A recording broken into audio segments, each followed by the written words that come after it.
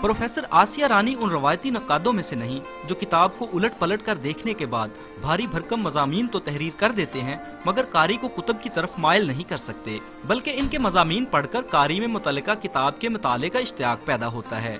आसिया रानी ने एक तरफ सादिक मुसव्वर, अरशद मुल्तानी और रजीउद्दीन रजी जैसे खुशनुमाओं को अपनी तहसीन का मरकज बनाया, तो दूसरी तरफ सैयद ज़मीर जाफरी और अनवर मसूद की तन्नाज़ी और खुशतबी का मुशाहिदा किया है। तहकीको तनकीद, अफसाना और इंशाइया में रशीद हसन खान, पतरस बुखारी और असद मोहम्मद खान की कुतुब पर सेर हासिल बहस भी मुसन्नफ़ा के अपने काम में महारत का मुँह बोलता सबूत है। मेरा ज़ाविया आसिया रानी के अदबी मज़ामीन का मजमुआ है।